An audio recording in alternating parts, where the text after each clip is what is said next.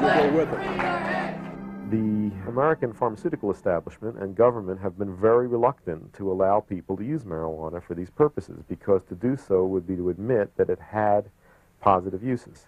And one of the fictions that has to be maintained in the war against this evil plant is that it has no redeeming qualities. And if you established a therapeutic use for it, that would be a redeeming quality. So instead, the government wants people to use synthetic THC or analogs of THC. In my experience, those substances are more toxic and often do not have as good effects as marijuana itself. THC, or tetrahydrocannabinol, is the active ingredient in marijuana.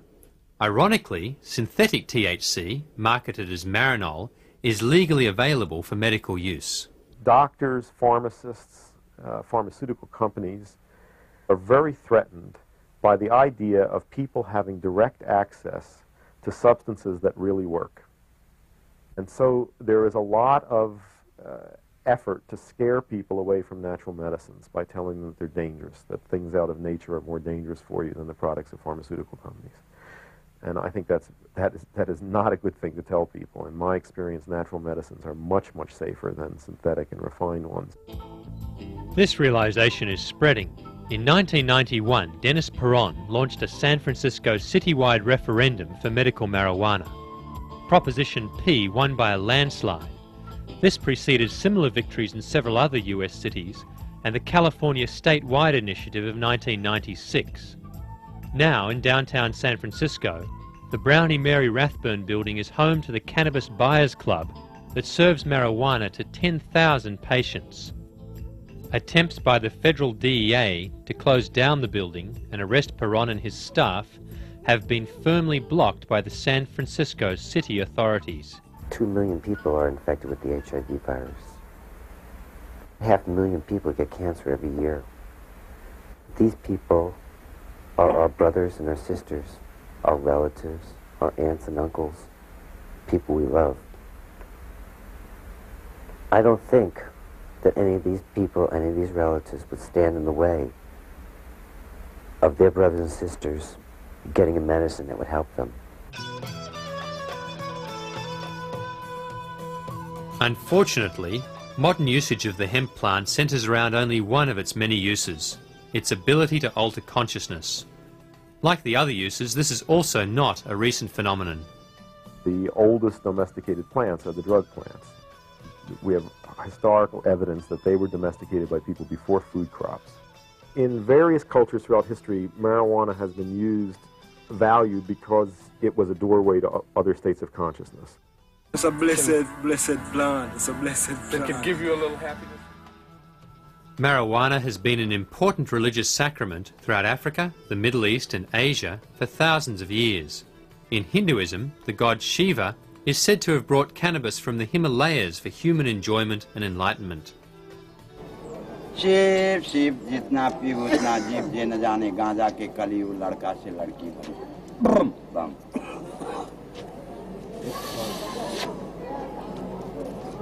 Why then is marijuana use so controversial in Western culture? Marijuana cultivation and use in Europe probably was mainly as a fiber plant and food plant. And it's very possible that many people who grew it for fiber and for seeds did not know of its use as a psychoactive drug. Terence McKenna is a leading researcher and author on the traditional uses of psychoactive plants. The absence of a straightforward hallucinogen or psychedelic in the flora of Europe has given Western man a kind of particular horror of the kind of boundary-dissolving experiences that attend these plants. Another factor is the Christian church. The reliance of magical folk practitioners on plants was consistently suppressed by the church. So we have evolved our peculiarly alienated form of science and social polity completely in the absence of any connection back into the magical side of nature that Celtic and earlier peoples were very concerned to cultivate.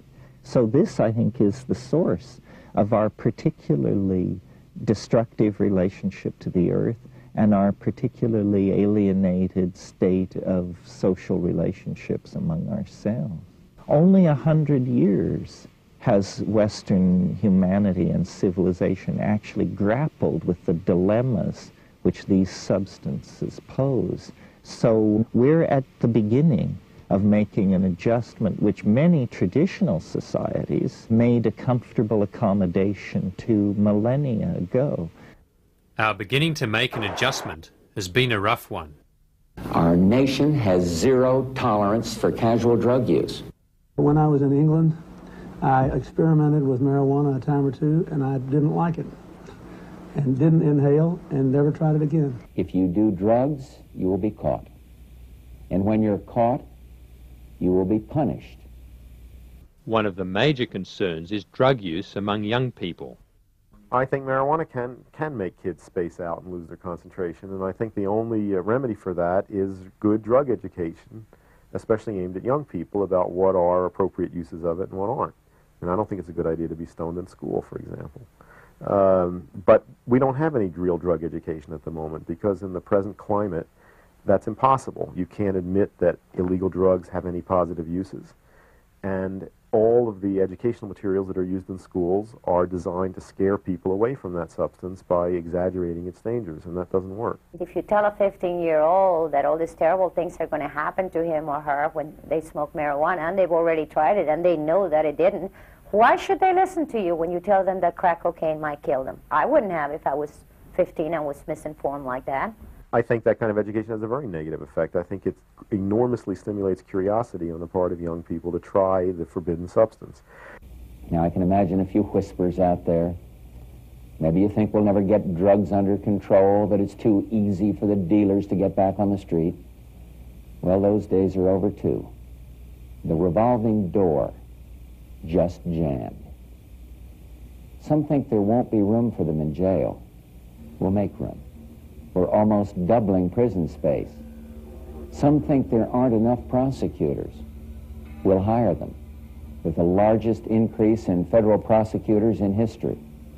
America is now the country with the highest rate of incarceration. Approximately 20% of criminal convictions are marijuana-related.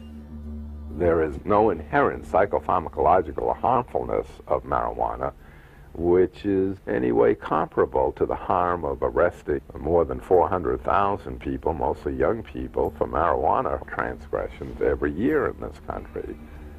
We will look back on this era and the response to drugs in this country and think that was worse than what happened in the McCarthy era. It is insanity run amok, and there's not a sane voice in the federal government saying anything about it. All this vigorous prosecution of marijuana, for example, has changed a situation where people grew their own, and usually rather mild marijuana, into a situation where marijuana traffic is dominated by organized crime. The cash crop in California that is the most profitable is marijuana in California. A number of other states also depend heavily upon the production of marijuana.